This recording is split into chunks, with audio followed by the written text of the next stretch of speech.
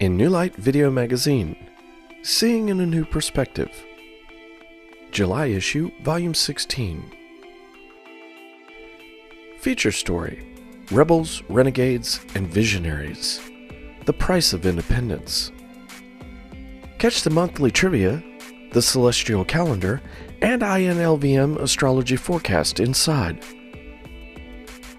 To find out more, visit us at www.innewlightvideomagazine.com or follow us on YouTube. We'll see you there. Table of Contents. Otherworld News. Ancient VIMANA found. Time code 3 minutes 48 seconds. Rolling Green Project. Desert Foods, Eating from the Land. Time code 11 minutes 31 seconds. Jam Up July. Time code 15 minutes 23 seconds. Feature story, Rebels, Renegades, and Visionaries, The Price of Independence. Time code 18 minutes 55 seconds. What's Up? Uncovering Unexplained Phenomena. Hypno Regressions, From Abductions to Past Lives. Time code 25 minutes 24 seconds. Entertainment Central. Trivia Time. Time code 32 minutes 18 seconds. Light It Up! The History and Progression of Fireworks. Time code 33 minutes 28 seconds. Remembering Bobby Womack. Time code 36 minutes 47 seconds.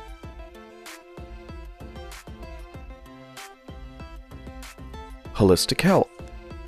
Earth's Little Miracle Plant. Time code 39 minutes 38 seconds. Laughter is the Best Medicine. Time code 45 minutes 2 seconds. Astronomy and Astrology. Astronomy Photo of the Month, Firework Nebula. Time code 47 minutes 55 seconds. Discovering New Earths. Time code 49 minutes 2 seconds. Celestial Events Calendar. Time code 55 minutes 16 seconds. INLVM Astrology Forecast. Time code 1 hour 17 seconds. About in New Light Video Magazine. Time code 1 hour 9 minutes and 40 seconds. Contributors and credits. Time code 1 hour 10 minutes and 33 seconds. Ancient VIMANA found. Hidden for 5,000 years, the ancient flying VIMANA is not just a myth anymore. About 4 years ago, reports from various sources started to circulate of an ancient artifact that was found in a cave in Afghanistan. It has been called one of the most significant finds in history and even been called a hoax. Yet still over half of the population has not heard of it. It all started here. According to reports, a group of United States soldiers were scouting an area and came to a cave. The research I compiled puts the discovery on or around July 31st of 2010. Inside, they found an unusual flying machine that was hidden in this cave for approximately 5,000 years. The flying machine has been identified as an ancient artifact called the VIMANA that was actually believed to be a myth. The group of soldiers exploring the cave described it being in a time well. The time well creates some type of energy force that is a barrier around the VIMANA, which acts like an invisible shield. Scientists actually have a perfectly logical explanation for this energy force. It's an electromagnetic radiation gravity energy field. The reports that follow next are progressively tragic. During whatever research they were doing to the object in the cave, perhaps while trying to move it, which they actually did accomplish later, a reaction occurred that killed many soldiers. It has been determined that either the time well or the VIMANA caused the reactions that incinerated whatever was in short-range proximity. What happens has been described to be like a death ray or a blast of radiation that completely incinerates anything in proximity to nothing, just gone. Heavy solar activity blasts and flares that have been occurring and escalating in the recent years are theorized to be a trigger in causing these reactions. I was able to find 2 different incidences where this reaction occurred while it was being moved and resulted in the deaths of military personnel. Reports vary, but through researching several sources on this topic, it appears that between 8 to 50 United States military personnel have gone missing or have perished during attempts to move the ancient flying VIMANA from the cave it was found in. All that sounded like some far-fetched hoax of someone's active sci-fi imagination. In fact, some are calling it a hoax, and that is probably what made me really want to do more research. What I discovered can really make you rethink the possibilities of life in view of ancient civilizations, history, scripture, religions, fate, myths, technology, and government. And then the course that we see all civilizations take through history, their rise and fall. Honestly, this discovery of a VIMANA is more than remarkable. It's like a fantasy has come to life, literally. We went through the accounts and process of the discovery of this ancient flying machine, but there is a rich and long story that unfolds. Mainly, it is because we do have knowledge of it and can identify it. A myth coming face to face with reality. Think about it a moment. How would you react to seeing a dragon flying around, or a mermaid? It would be pretty shocking and amazing to the senses all at the same time. This is just like that. In the cave with VIMANA were ancient writings that revealed the owner of this VIMANA, and reports state that it belonged to the ancient Persian prophet Zoroaster, who was the founder of Zoroastrianism, which is believed to be the basis from which all religion is based. Yet, where did the knowledge go? Attempts that actually have been fairly successful to remove the knowledge and faith from history occurred, and it has literally changed everything we know and are taught to believe. It is not surprising that differences in religion is what urged this process to wipe out parts of history as if it didn't exist. But it did, and it appears that it is coming back through new discoveries being made just in the last few years, saying, "Remember me." There are said to be over 100 epics that have not been translated from ancient Sanskrit. Until now, most believed that their knowledge was just mystical stories, and some still do. There are still others that have believed for a long time, and it is taught in their Indian faith.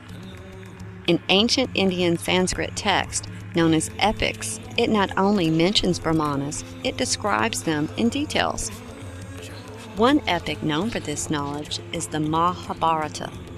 Another ancient Vedic text, called Samaranga Sutradhara, gives detailed descriptions of the mercury vortex engines of these flying machines, which were created from a more advanced knowledge than the ion engines being made today. VIMANAs are said to operate by anti-gravity propulsion with a mercury vortex engine. The advanced technology about the mercury vortex engine is described by the Indologist William Clarendon. This is quoted from his translation of the Samaranga Sutradhara. Inside the circular airframe, place the mercury engine with its solar mercury boiler at the aircraft center by means of the power latent in the heated mercury, which sets the driving whirlwind in motion A man sitting inside may travel at great distance in a most marvelous manner. 4 strong mercury containers must be built in the interior structure. When these have been heated by fire through solar or other sources, the VIMANA aircraft develops thunder power through the mercury. The VIMANAs were manned and unmanned vehicles. They could be used by humans to travel, to protect, and had several uses during peace and war times. These epics explain how they work, how to build them, and the type of deadly weaponry that they can have, which is more than likely why so many of the world's most powerful leaders flock to Afghanistan upon the discovery of an artifact with these qualities and advanced technology. The use and knowledge of this type of weaponry could create mass destruction, and it may have at one time in ancient history. There is so much more I could delve into with this discovery, but I need to leave you, our reader, with things to ponder and research for yourselves. How do you think this discovery will change the future? How did it change history? And what more will we find by focusing now on translating those ancient epics in Sanskrit?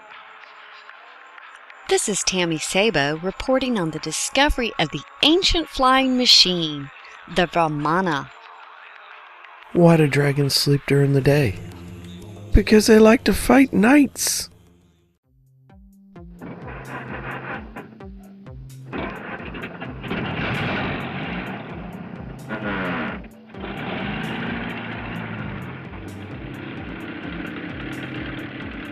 Reporting from the Rolling Green Project on desert foods, eating from the land. Most people would not think the desert is a very good place to grow a garden, and it would be true for the most part. However, many of the plants found naturally in the desert are actually edible. The key is knowing not only which plants are safe for consumption, but also when to harvest them and how they are prepared. Right here in the yard, we have 4 types of plants that are edible and medicinal. The aloe vera plant is well known for its healing properties for burns, cuts, and skin abrasions. It also is used for making a juice that is said to heal many internal ailments, and may even make your skin look more youthful. The prickly pear cactus is well known for its use in jellies and jams. It is also packed full of nutrients, has a low glycemic impact on the body's blood sugar, and has been used by desert natives as food and medicine for thousands of years. The Palo Verde trees, if harvested while the pods are still green and tender, can be used like green beans or even eaten raw right off the tree. But the most surprising and delicious food in the yard came from the mesquite trees. Yes, mesquite. While it's very well known for giving barbecue a great smoked flavor, a little known native secret is the delicious flour that can be made from the seed pods once they mature and are dried, and mesquite molasses is made from the ripened pods before they are dried. Teas and other beverages are made from steeping them as well.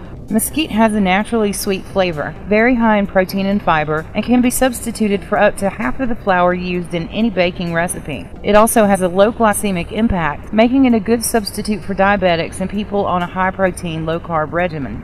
Milling the pods is best done in a stone grinding mill facility, as the pods are very hard and not easily processed. However, if you have a yard full of the mesquite pods and a good food processor, you can make a medium to coarse grain flour similar to a cornmeal consistency that is great for baking with. We have found it is especially good in recipes that contain cocoa and dark chocolate. I started by washing the pods in our mineral-rich spring water, which has also fed the trees their entire life. I laid them on a table and spread them out in the sun to dry. After carefully going through them and putting them in a bag, I took them into the house to be processed. I use a food processor, but would definitely recommend getting it milled if you have more than 1 5-gallon bucket of pods. There are several common types of mesquite trees in the desert, but the honey mesquite, which is the majority of the kind on the yard here, is the sweetest and best for getting a rich and delicious flavor. You can pull the pod off the tree and taste it to see if it's a good flavor to harvest. The mesquite powder or flour can be used raw or in baking. Adding it to smoothies will enhance the other flavors, as well as adding a nutty sweet flavor to the drink. It can also be used to bread chicken and fish sprinkled on red meats, and is most delicious when baked into brownies or cookies by substituting at least a half cup of the other flour in the mix for the mesquite flour. I have a cocoa mesquite cookie that I like to make that is sugar-free and much lower in carbs. I use the cocoa and mesquite flour in place of the other flour in a basic cookie dough recipe, and a sugar substitute baked at 350 degrees for about 12 minutes. They are crumbly and delicious. Rick and I have been learning many interesting things about living and surviving in the desert. While I would definitely put air conditioning as #1 on the survival list, realizing just how much the desert land has to offer for medicine, nourishment, and even shelter has been a true eye-opener. So the Rolling Green Project wants to ask you to take a look into your environment and see what natural foods are right in your own yard that you may be missing out on. This is Samantha Phoenix with the Rolling Green Project for a New Light video magazine. Uplift, create, and share at Anahata Healing Arts in the Starland District of Savannah. www.anahatahealingarts.com. Rich here with INLVM. When you think of July, what's the first thing you think of? For many, it's the 4th, or as it is commonly known in the United States, Independence Day. But did you know it is also known as National Country Music Day? Beyond just the 4th, July has a lot of interesting days that you just might not be aware of. I would like to take a moment to share a few with you, starting with the 1st. The 1st of July happens to be Canada Day, International Joke Day, and also a day that's in great taste, Creative Ice Cream Flavors Day. If you happen to be a little on the forgetful side, then the 2nd is perfect for you to celebrate since it's I Forgot Day. If you're looking for something you can celebrate with fellow humans from all over the world, the 2nd is also World UFO Day. The 3rd suggests that you should stay out of the sun, so, as an alternative, you can stay inside and compliment your mirror, as this day holds both of those titles. So, what if you don't want to do either of those things on the 3rd? Then don't. 3rd is also Disobedience Day.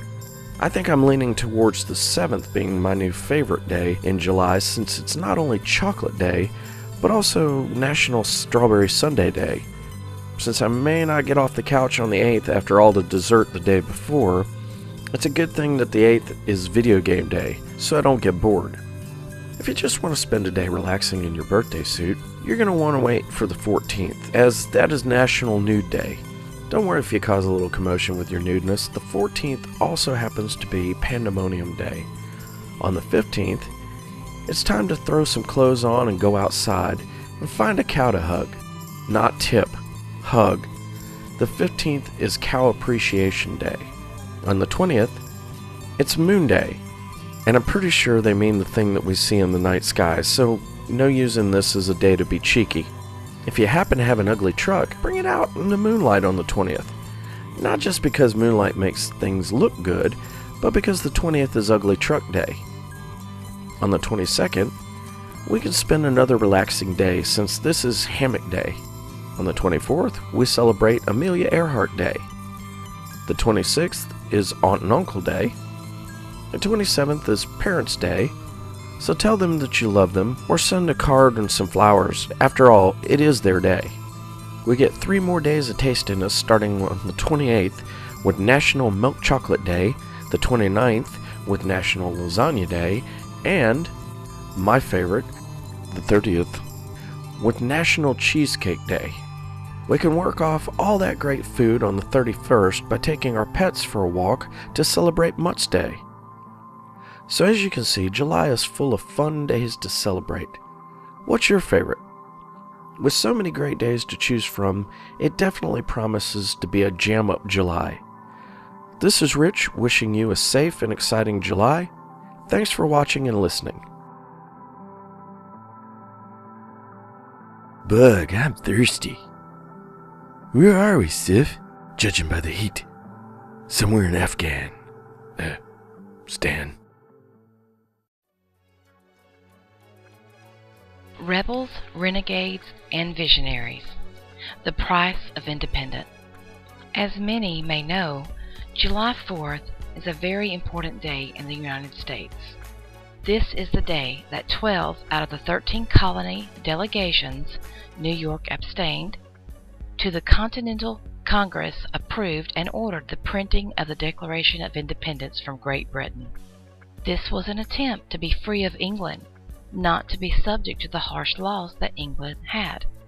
They were rebelling against how England would imprison people for no reason and force them to pay very high taxes. Ironically, we can relate to those feelings nowadays. The main reason the Pilgrims came to this land was to seek religious freedom and to escape the harshness that was happening in Britain. They were daring and desperate people, willing to leave the known for the complete unknown. At first it wasn't easy, and yes, as time went past, they did require the help of England, just as a child would first leaving home. I am not condoning the way America was made, but I guess when you are desperate, you take desperate measures. What many of us don't realize is that Thomas Jefferson was only 33 years old when he began this major task of writing this declaration. Here is a bit of it. We hold these truths to be self-evident, that all men are created equal, that they are endowed by the Creator with certain unalienable rights, that among these are life, liberty, and the pursuit of happiness, that to secure these rights, governments are instituted among men, deriving their just powers from the consent of the governed, that whenever any form of government becomes destructive of these ends, it is the right of the people to alter or to abolish it, and to institute new government, laying its foundation on such principles and organizing its powers in such a form as to them shall seem most likely to affect their safety and happiness. This means that the governed has the right to protest against the government when it is failing to secure our rights. At this time, this was really serious stuff. Even after winning the war against England, these men were making a big step in showing the king that they were no longer subject to England's rule, that they were sovereign. So we know, through our history books, what brought us to seek our freedom from England, but no one really talks about what happened to these men afterwards. These men signed this declaration knowing that it would most probably lead to their death if they were caught by the British. For example, Carter Braxton from Virginia was from a wealthy family, and he was one of the wealthiest landowners, merchant, and active in Virginia's legislation. He actually lost all of his wealth and died in rags. Yes, the British burned his ships and robbed him of all of his goods. Others lost family, had to go into hiding, even living in caves, leaving their families behind, and a few even captured by the British, and they were tortured and died. These men, along with others, were willing to risk everything to be free. They were committing treason and would even be considered terrorists. They knew that they were living under rule that wasn't for common man, but only for the wealthy. They wanted equality for all men. They were visionaries, men who wanted to see all men succeed, not just the higher class. Really think about their statement. All men, persons, are created equal, and we mutually pledge to each other our lives, our fortunes, and our sacred honor.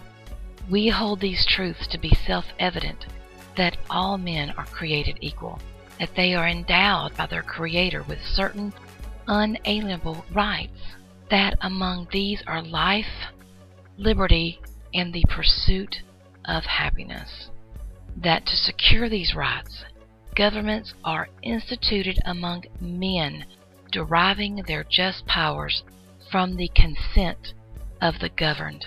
On July 4th, it is emphasized that we should honor our troops, especially those that paid the ultimate price, their life. As we are out cooking on our grills, boating on the rivers, out drinking and having a good time, we must remember the most important, our forefathers. They took this leap of faith, knowing very well they would lose their wealth, homes, families, and even their life.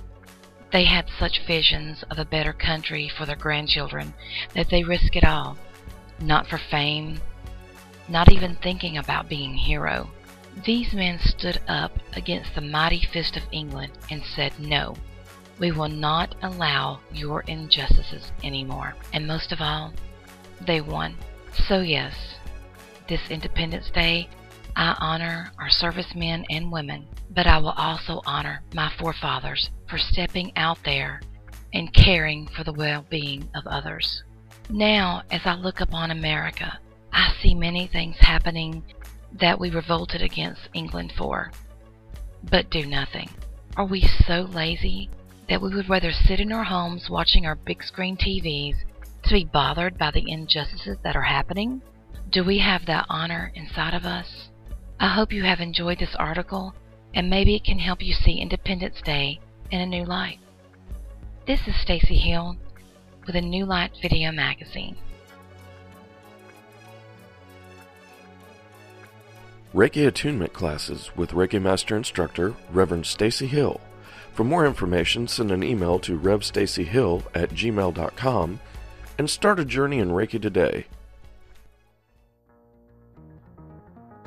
What's up with hypno-regression? Hypno-regression is not the same as hypnotherapy.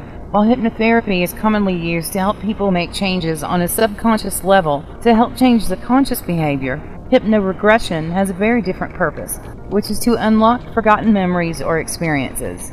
While this can often provide an explanation for loss of time, irrational fears, or other lapses in memory, some think it is also manipulated by hypnotic suggestion. This is from another common misunderstanding about how the regression works. Unlike hypnotic suggestion, people with repressed memories of any type still have those experiences locked within the vast and miraculous memory of the brain. For a traumatic experience in current incarnation, the regression can help a person unlock an event that occurred during a time that they have blocked in their memory. The misconception here is that they need to have the hypnotic state induced at all, when in fact, from case studies, a person with these memory lapses also seems to easily slip into their own trance state from simple meditative breathing technique. Perhaps it is the brain's way of allowing for that memory to heal. Many people with seriously repressed memories have other mental and psychological issues from the lack of facing the trauma and finding a solution that is healthy and healing. Regressive treatments often assist in this healing process, even if the repressed memories are difficult. These memories often include childhood tragedies and abuse, murders and other violent acts, alien abductions, which also seem to hypnotically take those memories from most victims, or any other experience that can mentally scar a person at any time in their life, creating the block or gap in the conscious memory process. Sometimes in the meditative regression state, a person recounts an experience that they have had, but while in a different body than the one that they are currently living in. Sometimes they see themselves as being different, and others actually regress back into that persona with a full knowledge of their life during that incarnation. Past life regressions actually come in many different forms, as will any repressed memory regression. Once the door has been tapped and the memories begin to leak into the conscious mind, dreams, waking visions, sudden recall, and daydream trances are just part of the ways many people will encounter the triggers that will bring those memories out to the surface.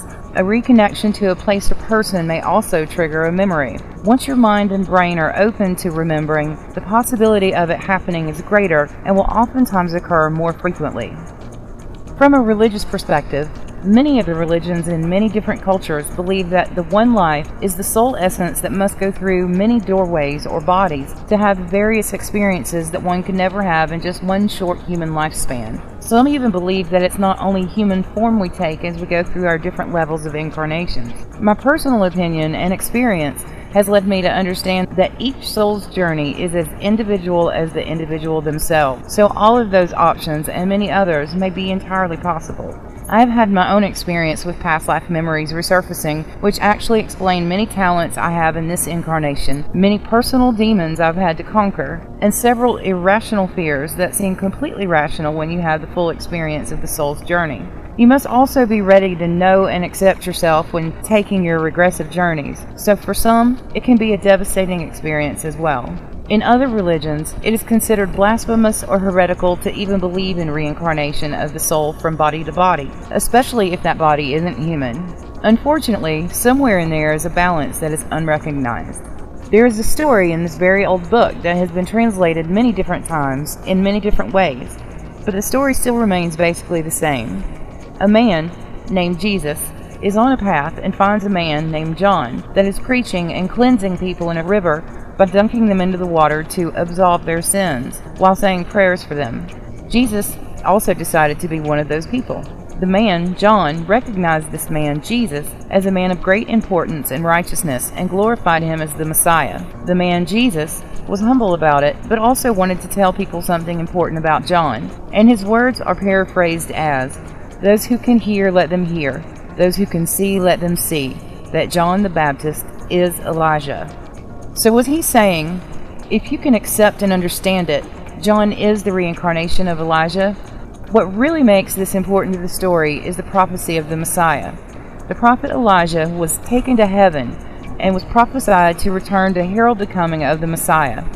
By the prophecies of this religion, for this man, Jesus, to be the Messiah, he would have to have been recognized and heralded by the prophet Elijah, who was long gone on his journey into the heavens.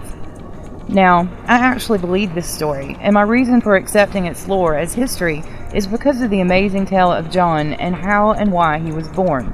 That is a story you can read about for yourself, but let's just say John was a special baby brought into the world under very special circumstances, and his greatest part to play in my understanding of reincarnation was actually twofold. Elijah had to be born into a new body so that he could fulfill the prophecy and be the herald for the Christ, and to complete his soul's journey into the experience of death and possibly rebirth. This story has as many controversial ideas as any other legend of history and lore. All we really know is what was preserved in the writings and can only hope it is properly translated. Whatever the purpose for the regression, most every human in existence has untold lifetimes of experience locked within the brain, just waiting to burst out into a level of understanding. Are you ready to know what yours may be? While there are self-guided meditations for regressions, it is always best to have someone present as an anchor and to record things that you might say so that you have validation of your experience afterwards.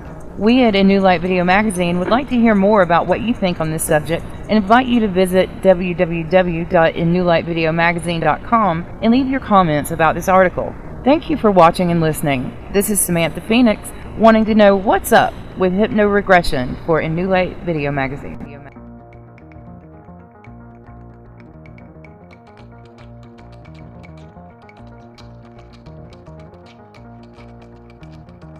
When information is beyond belief, beyond conspiracy, or beyond the norm, then it's beyond news. Find out more at articlechase.com/beyond news. Entertainment Central! Trivia time. The answer to last issue's trivia question. What famous line does Humphrey Bogart's character Rick say to his piano player Sam in the film Casablanca? If she can stand it, I can. Play it. For those of you that said play it again, Sam, it may seem right, and many may remember it that way, but actually the scene went as follows. Rick says, "You know what I want to hear?" Sam says, "No, I don't." Rick responds, "You played it for her, you could play it for me." Sam says, "Well, I don't think I can remember it." Rick says angrily, "If she can stand it, I can. Play it." Bogart never said play it again, Sam, in the scene. If you don't believe it, go back and play it again and see for yourselves. It's a great film and well worth the rewatching. This is you's trivia question. Music trivia. How many Sgt. Pepper's Lonely Hearts Club Band songs were released as singles? Look for the answer in the next issue, baby. And a new trivia question. What the heck are they, Stan? Crop circles, Sif. Or maybe it's crop. I forget. Either way, it's aliens. Light it up! The history and progression of fireworks. No matter what part of the world you're from, or the occasion being celebrated, there is an experience that captures all of our attentions at some point in our lives. It starts with a piercing whistle, followed by a bang, and a sudden burst of color that spreads across the night sky in a dazzling display of pyrotechnics.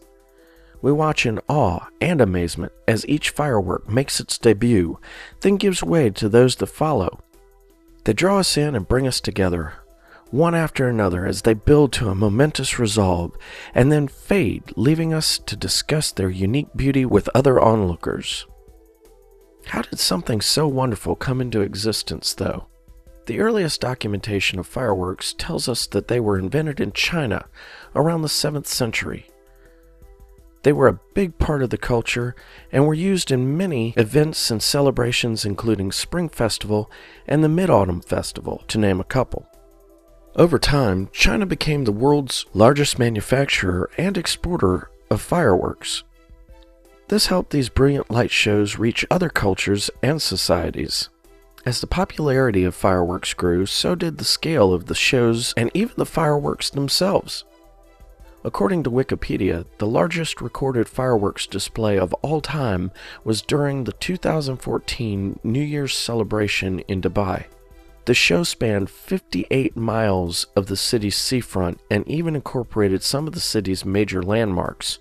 The display required 10 months of planning and lasted roughly 6 minutes. They fired off over 500,000 fireworks to create the spectacle, and Guinness World Record adjudicators were on site to confirm that a new record had been set.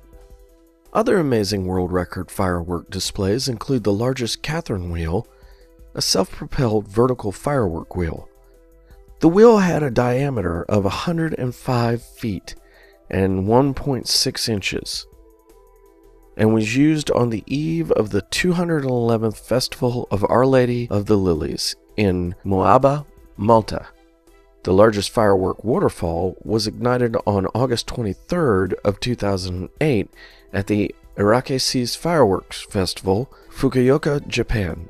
Dubbed the Niagara Falls, it measured 11,539 feet 6 inches in length. No matter what you're celebrating, there are fireworks for any occasion. Why not bring a little thrill and beauty into your next event? Light it up with some fireworks. You're guaranteed a great show that always draws a crowd. This is Rich with INLVM, wishing you a safe and wonderful celebration. Thank you for watching and listening.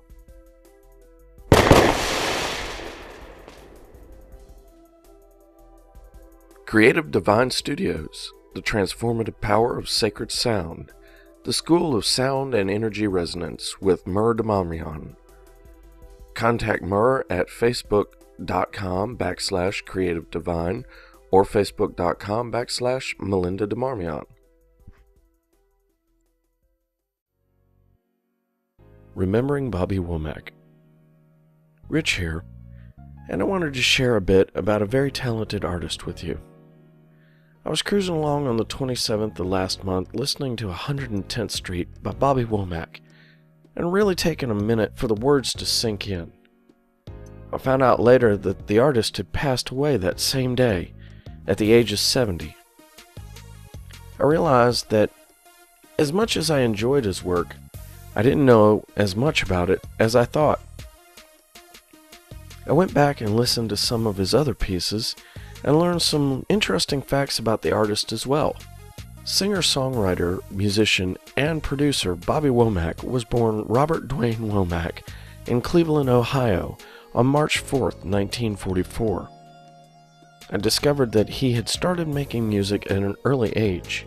His parents, who were also musicians, supported his interests and even formed the first band that he was in, the Womack Brothers. The band was later discovered by singer Sam Cooke. He started mentoring them and offered to help them with their careers as soon as he established himself. Sam later formed Saw Records and quickly signed the band, changing their names to the Valentinos. His group landed the opening spot for James Brown's tour. This opportunity was only the beginning for Bobby. Womack went on to write and originally recorded the Rolling Stones' first UK #1 hit, called It's All Over Now. He worked with many other musicians as well throughout his career. The list includes, but is not limited to, Sly and the Family Stones, Janis Joplin, and more recently the Gorillaz on their song Stylo. Many other famous musicians and singers landed hits by covering some of his songs. Although Bobby Womack may no longer be with us, his contribution to music lives on. If you have never listened to Bobby Womack's work, I encourage you to check it out. If you have, then take a moment to remember a great musician and have a listen to one of your favorites from his collection. This is Rich with INLVM, Remembering Bobby Womack.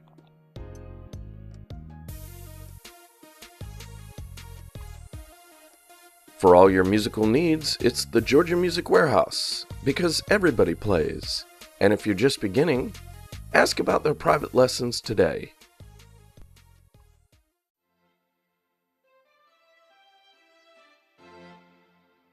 Earth's little miracle plant. What if one plant that grows easily on a global scale could heal our bodies and our planet?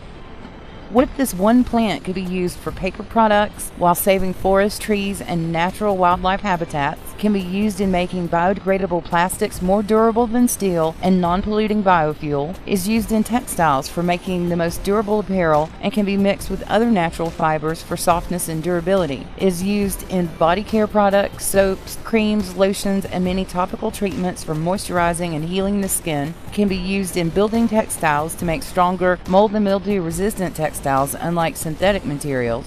It is rich in nutrients and protein, so it makes an excellent source of food for animals and humans, is a safe, economical, and hypoallergenic fiber for bedding of farm animals. Its seeds are used often in nutritional supplements. The essential oils are used for everything from cooking or lubricating cutting tools to medicinal purposes and skin health. At this time, there is over 50,000 ways to use this plant, and that continues to grow with continued research. Did you know such a plant existed? Many have no idea that this one amazing plant does more than the one thing it's best known for, which is the psychotropic quality in its bud. This little miracle on earth is called cannabis sativa by its Latin name, hemp by its industrial name, and marijuana or loco weed as its prohibition name. I could spend an entire page writing all the different code names for this one plant, so I'll simply move on to why all of these wonderful things are commonly unknown. The synthetics and petroleum industries would have never become the immense financial institutions, nor would we have such a great dependency on them if the hemp industry had not been squashed in the 1930s. You can easily educate yourself about how and why this happened by reading Jack Herer's book, The Emperor Wears No Clothes, which can now be found online for free at www.jackherer.com and as a free PDF download at rollinggreenproject.org. Because of the fact that the commonly known terms cannabis sativa and hemp were not used in the bill for the prohibition, the AMA did not find out until it was too late that their medicinal use for research and treatment that could successfully use the cannabis sativa properties for healing were also being squashed. The cannabinoids in the bud of the plant have been successfully used in treatments for thousands of years, until the prohibition of marijuana. We are only recently beginning to fully understand what has been taken away from our health and well-being. Cannabis is used in treatments for more ailments than I could list, but range from pain management, mental health and depression management, skin disorders, cancer, leukemia treatment for the side effects of radiation, to poultices and salves used for topical treatments. Cannabis is not only nurturing to our bodies, but also to our planet. Planting hemp crops in soil that is soaked with radiation can remove the toxins from the dirt and make it viable for food growth again, as well as planting it after crops like tobacco that drain the nutrients from the soil to replenish it. It radiates more oxygen into our atmosphere than any other plant in existence, which can actually heal the damage that has been done to our ozone layer and could help to deplete the industrial pollutants and raise the air quality on a global scale. Because of its resilience and the fact that it has little to no need for herbicides or pesticides, it is one of the most naturally, organically grown plants that can thrive in almost any climate, all from this one little miracle of Earth. Many people don't realize that hemp and cannabis sativa are the same plant. They are. The difference is due to the pollination of the plant, creating a change in the psychotropic properties of the flowering bud. While the male and female plant both have levels of the psychotropic chemical known as THC, the female has the greatest concentration and is best used for the medicinal qualities of the plant. If pollinated by the male, the THC concentrations drop to a level of being so low it would have no effect if used for medicinal or psychotropic purposes. This is known as industrial hemp, which is where the fuels, textiles, building materials, and much more is manufactured from. When cultivated for medicinal uses, the female plants are separated from the males and take much more time, attention, and special care than the industrial cultivation. Different levels of medicinal strains can be cultivated for specific treatment by naturally changing the levels of the properties in the cannabinoids, making them better for pain relief or neurological relief, depending on the needs of the treatment, such as the Charlotte's Web strain, which was cultivated to stop epileptic seizures, especially in children. So, in all the reefer madness, would you have ever expected that it was all about this one amazingly useful and healing plant? Our first U.S. president said it best. So to quote General George Washington, "Grow it everywhere. Hemp is greatly viable for winning the war and sustaining a future fantastic for America." This is Samantha Phoenix on Holistic Health for a New Light Video Magazine. Thank you for watching and listening. Contact us at innewlightmag@gmail.com for information on placing your advertisement in our publication. Laughter is the best medicine. Laugh out loud. Many of us have heard the old saying, laughter is the best medicine, once or twice in our lives, but where did that thought come from? Humor is a large part of our lives, and often we find that we actually seek it out. Why? What is it about laughing that urges us to find it? I find myself searching for clips on YouTube to get a good laugh in when I need a lift, or to help me get in the right mindset to be creative. It is because it makes us feel good. But there are some of the great benefits that a simple good laugh can do us. It does more than just lift our mental mindset or mood. When we laugh, physical changes occur in the body as well. Some of the main benefits that laughter can improve on are stress relief, depression, relaxation, and good sleep. Laughter is more than just a mental state of mind. It increases your heart rate, blood pressure, blood flow, as well as increases the levels of endorphins released in the brain. Laughter stimulates organs such as the heart, lungs, muscles, and brain. It strengthens the immune system and can relieve pain by raising the levels of infection-fighting antibodies and boost the levels of immune cells. A good giggle reduces blood sugar levels, which can be helpful for diabetics as well. It helps with so many things in the body, inside and out. Tips from Help Guide. Physical health benefits: boost immunity, lower stress hormones, decreases pain, relaxes your muscles, prevents heart disease. Mental health benefits: adds joy and zest to life, eases anxiety and fear, relieves stress, improves mood, enhances resilience. Social benefits: strengthens relationships, attracts others, enhances teamwork, helps diffuse conflict, and promotes group bonding. Laughter is contagious, and it all starts with a smile. It is something you can give that doesn't cost anything, and can bring instant joy to those you come in contact with. When you smile at someone, the chances are you will get a smile back. The advice in this article is to make sure you include time for humor in your busy life. It's not a waste of time, and can greatly improve your journey, work, relationships, health, and mental well-being. Live, love, and laugh, as often and as much as you can. Story by Tammy Sabo within New Light Video Magazine, sharing a little more about the necessity of humor in our lives. History, hauntings, happenings. Find your truth with Sixth Sense World. www.sixthsenseworld.com. Astronomy and Astrology. Astronomy Photo of the Month, Firework Nebula. The Firework Nebula was discovered in 1901 and is catalogued as GK Persei 1901, or GK Per. This nova was created by an explosion of gases and material being ejected into space by a white dwarf star. Although scientists are still researching why this particular nova continues to expand into space in this unusual firework form.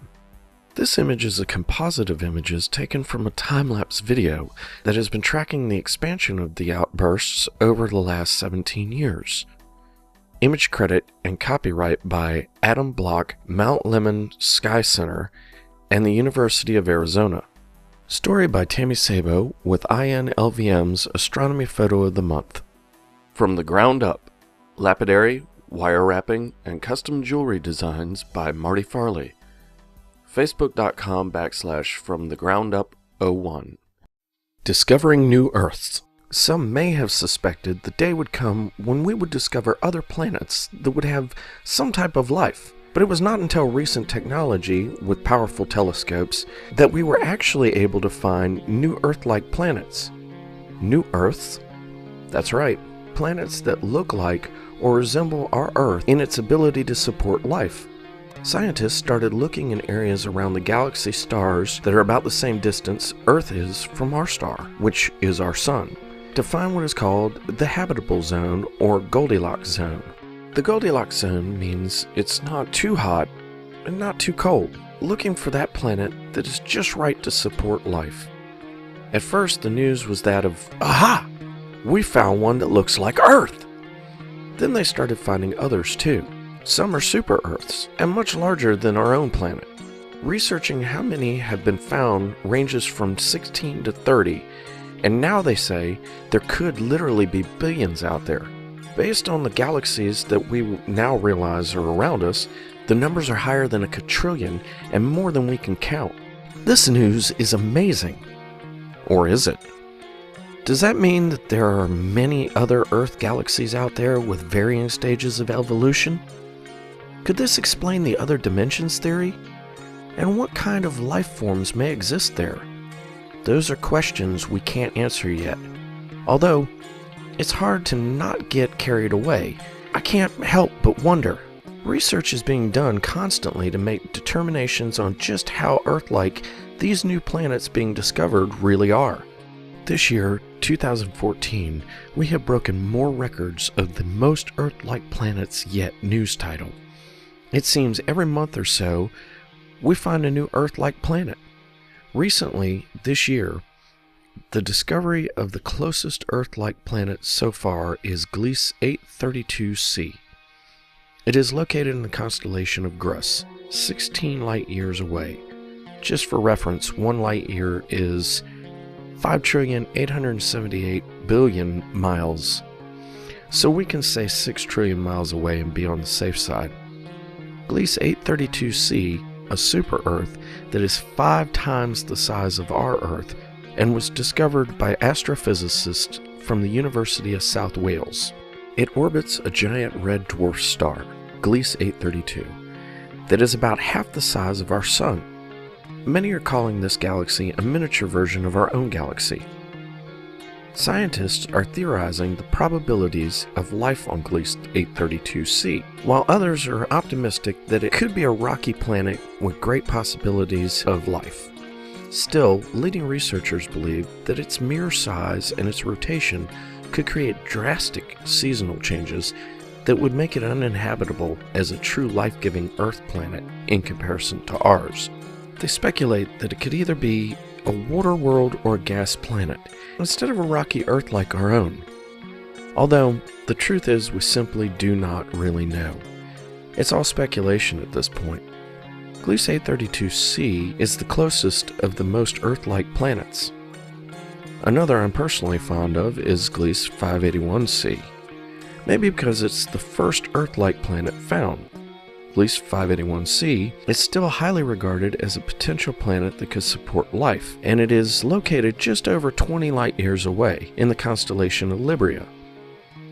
The other 2 Earth-like planets that researchers are keeping an eye on are Gliese 667c at 22 light-years away in the constellation of Scorpius, and Kepler 62e at the distance of 1,200 light-years away. Kepler 186f is thought to be the most Earth-like, but it does sit a good distance away at some 490 light-years away in the constellation of Cygnus. Another one of the Kepler exoplanets that has gathered attention this year is Kepler 22b, which is located 600 light-years away. There are several others that are alluring the attention of astronomers and scientists. These are just a few of the discoveries being found. New Earths are literally being found at a rapid rate, so this information is likely to change as more planets are added to the list. NASA's Kepler Space Telescope's team of astrologers are leaders in the field of finding new Earths. Kepler has discovered most of the over 5,000 potential exoplanets. Out of these, over 1,700 have been confirmed. Through their research of observing 3 transits of planets with longer orbital periods, the new data suggests that the planets 1 to 4 times the size of Earth may be abundant in our galaxy. Surprised? I was at first, but now I'm just waiting to see what other planets they may find. Even closer, in the latest news posted on July 2014, NASA predicts that in the next 2 decades, that is a mere 20 years, we will find a new Earth and alien life on other planets. We believe we are very, very close in terms of technology and science to actually finding the other Earth and our chance to find signs of life on another world. Sarah Seeger, a physicist at MIT. Story by Tammy Sabo, giving you a new perspective on the new Earth being discovered. Astronomy and Astrology, the celestial event calendar for July through August of 2014. On Tuesday, July 1st, Mercury comes out of retrograde and goes direct, entering the constellation of Gemini. On Saturday, July 12th, we have the super full moon. It's called the full buck moon, also called the buffalo moon, ripe corn moon, summer moon, hungry ghost moon, crane moon, and mead moon. In the astronomical constellation of Sagittarius, in the astrological constellation of Capricorn. On Saturday, July 26th, we have the new moon in the astronomical constellation of Taurus, astrological constellation of Cancer. On Monday, July 28th, we have the peak of the Pisces Austronid meteor shower. It's active from July 15th through August 10th. On peak, we can see 5 per hour. On Monday, July 28th and Tuesday, July 29th, will be the peak of the Southern Delta Augurids meteor shower. It's active from July 12th through August 23rd. On peak, we can see 15 to 25 per hour. Look in the direction of the south. The best time will be from 1 a.m. to 3 a.m. On Wednesday, July 30th, we have the peak of the Alpha Capricornids meteor shower. It's active from July 3rd through August 15th. On peak, we can see 5 per hour. On Sunday, August 10th, we have the full sturgeon moon. It's also called the full red moon, green corn moon, or grain moon. It's in the astronomical constellation of Aquarius as well as the astrological constellation of Aquarius. On Wednesday, August 13th, we have the peak of the Perseids meteor shower. It's active from July 17th through August 24th, and on peak we can see as many as 100 per hour. It's the greatest show of the summer, so don't miss it. If you want to see some meteors this year, this will be a great one to look out for. On Monday, August 18th, we have the peak of the Capra Cygnids meteor shower. It is active from August 3rd through August 25th, and on peak we can see about 3 an hour. On Monday, August 25th, we have the new moon in the astronomical constellation of Leo and in the astrological constellation of Virgo. Next, we're going to be looking at optimal viewing of the visible planets. Venus is visible from July 20th through August 29th. Optimal viewing of Venus is in the morning. Venus will appear in the eastern morning sky at dawn. On August 18th, about 4:47 a.m., Venus presents a great show with Jupiter. Venus is a silvery glowing star. Mercury is visible from July 5th through July 24th. Optimal viewing of Mercury is in the morning. Mercury will appear in the eastern sky an hour before sunrise. Typically, Mercury has a yellowish glow. Mercury will be in opposition on August 8th and will be the best time to catch it before it will not be visible for a while. Mars is visible from July 5th through July 24th. Optimal viewing of Mars is in the evening. Mars will appear in the east to southeast sky at nightfall and is best seen just after midnight. Typically, Mars has a yellowish-orange glow. Jupiter is visible from January 6th through July 4th. The optimal viewing of Jupiter is in the evening. Jupiter will appear in the western sky at dusk as the brightest object in the sky, remaining visible from dusk until early morning. On August 18th at 4:47 a.m. presents a great show with Venus. Typically, Jupiter has a creamy white glow. Saturn will be visible from May 11th through October 31st. The optimal viewing of Saturn is in the evening. Saturn will appear in the southern sky at dusk until the dawn. Saturn will be best seen August 4th, close by the Moon, at 12:18 a.m. Saturn has a golden glow. That concludes our astronomy outlook for celestial events. I'm Tammy Sabo with a New Light Video Magazine.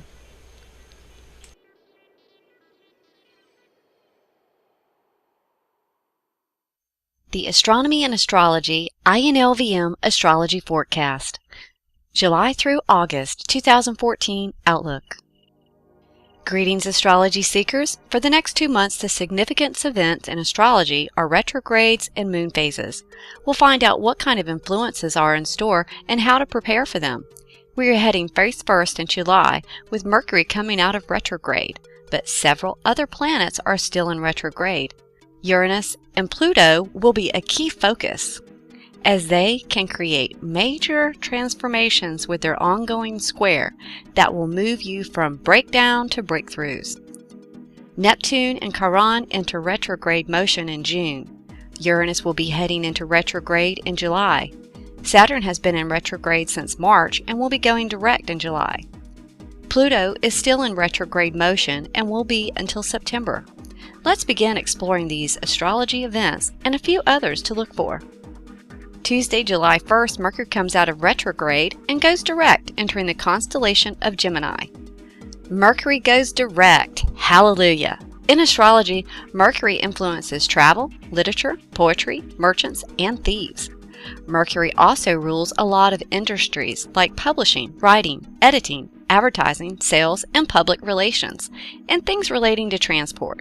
Mercury going direct means we can make those final decisions in these areas knowing it should be easier sailing with hopefully less challenges.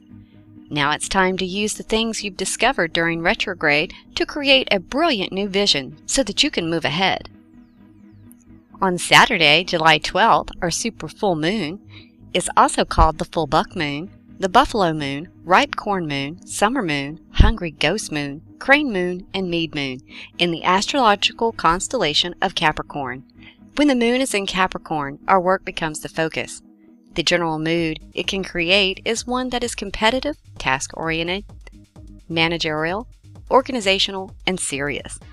It can strongly encourage us to do our personal best. Being supportive of the work from others can create good relations and productivity in common projects. It's time to set and achieve short-term goals towards long-term plans.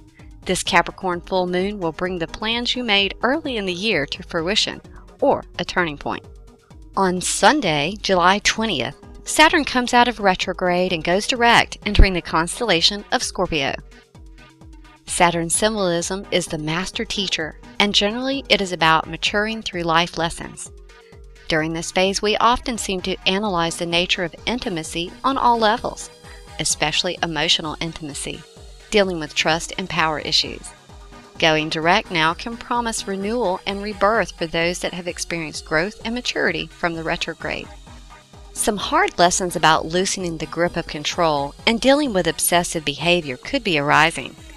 The results of this transit are often persistence, endurance, and sometimes ruthlessness in the pursuit of goals. You have choices to make.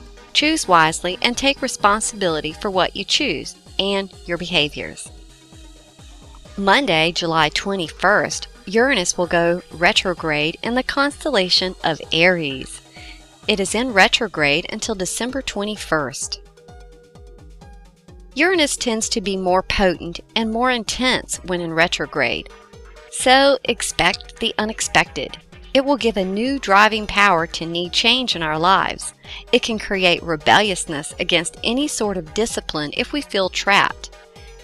It's a good time to focus on making plans on how to change what needs to change, and allows us to think about our reactions to changes. It also gives us a chance to rethink and organize. Uranus retrograde forces us to confront our fears and personal blocks and creates moments of realization. If you're in the wrong job, working toward the wrong degree, or dating the wrong person, Uranus retrograde will let you know. On Saturday, July 26th, the new moon in the astrological constellation of Cancer going into Leo. The new moon in Cancer will send some extra love, along with a double dose of luck. If you are the zodiac sign of Cancer, the luck will be intensified. This new moon will favor your deepest dreams and desires. This is a point that all the retrograde periods come together. It's all about manifesting your dreams and motivating yourself to push forward. This new moon will drive anything that is about promoting innovative ideas, art, or knowledge. Sunday, August 10th, the full sturgeon moon, also called the full red moon, green corn moon, or grain moon, in the astronomical constellation of Aquarius and the astrological constellation of Aquarius.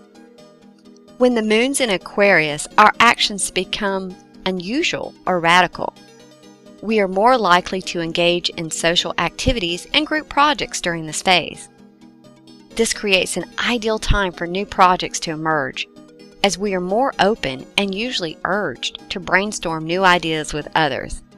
We are often more impersonal and detached during this phase, and usually pull from our more intellectual side and less emotional, which means we are less likely to want to deal with deep emotional issues right now. On Monday, August 25th, we have the new moon in the astrological constellation of Virgo. The new moon in Virgo is a good time to simplify your life. This dark moon is for healing, detoxing, and cleansing. New moons such as this one can be rejuvenating. From the darkness will emerge light, and just like that, we can emerge from this transition feeling that we are embarking on new beginnings. This is a powerful manifesting moon. Concentrate on what you would like to bring into your life. Can urge you to tidy up all areas of your life as well as take some time for yourself. July through August, Chiron is in retrograde in the constellation of Pisces. Chiron is the planet of the healer, and in retrograde makes the healer part of us feel a need to be healed. During this phase, we may find ourselves holding on to hurt feelings. Feeling wounded or hurt can be felt more intensely. Being able to forgive could create a challenge. While your hurts may be very real, realizing that they are being intensified can help you work through situations. So try not to allow yourself to be the wounded duck. You don't have to crash, and it will get better. By helping others with similar wounds, it can help us heal our own.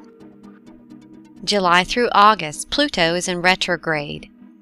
When Pluto goes retrograde, it forces us to look at our darker or shadow sides, often the parts of our personalities that we may not like, but will need to accept. We may feel pressured to eliminate and release the old, outworn, outdated, and obsolete things or people in our lives. Pluto will urge us to get honest with ourselves about how and what motivates us. A long phase of personal reckoning that allows us to do a lot of clearing in our lives. Pluto's retrograde is most beneficial by helping us bring a transformation in ourselves. July through August, we have Neptune in retrograde in the constellation of Pisces. Neptune in retrograde can bring about confusion and deception. It can make us feel a little more paranoid than usual. Efforts to quit bad habits are more likely to be delayed and stalled. This retrograde is especially known to cause heightened sensitivity and receptivity, your intuition. We are more likely to see things that may have eluded us before. If you are already a fairly sensitive person that seems to be able to feel others, this could produce moments of psychic overload. This period is excellent for developing your psychic perceptions and general intuition. Pay attention to your instincts and gut feelings. Visit our website at www.innewlightvideomagazine.com for more information and some cool merchandise. I'm Tammy Sabo, the INLVM staff astrologer, sharing an outlook on astrology. About and New Light Video Magazine. We are the first of our kind as a video magazine and look forward to bringing you, our viewers and listeners, into thinking of new possibilities and gaining new perspectives with each issue. To find out more about us, what we do, and how to become a contributor to show your support, please go to our website for additional information. There, you can find many of our social media connections, such as our blogs, archives, Blog Talk Radio, and our new virtual world experience. That website is www.innewlightvideomagazine.com or www.inlvm.com. Thank you for your interest and support from the staff of INLVM.